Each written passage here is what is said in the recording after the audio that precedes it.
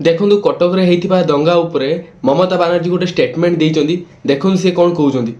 कटक भी आज जल रहा है। देखो कैसे हमला हुआ, कैसे कम्युनल राइट्स किया है, बीजेपी पार्टी ने खुद किया है, बजरंग दल क्या सब नाम है मेरे को पता भी नहीं है। ममता बानर्जी यही कहबार मेन मकसद यहीटा कि जिपरि काली भुवनेश्वर रे जबर दखल करिकी रही लोक मैंने वो सेमानंकु उच्छेद करागला। तेणुकरी ता मध्यरे 90% रु अधिका बांग्लादेशी बाहरिले। तो यही खबर ममता बानर्जी पाखु पहुँची जाइए सकाळु सकाळु।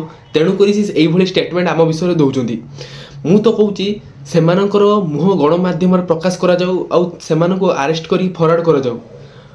यह करथिले मे भी तांकर साहस ही नथा ममता बानर्जी आम उपर एभली स्टेटमेंट देवार।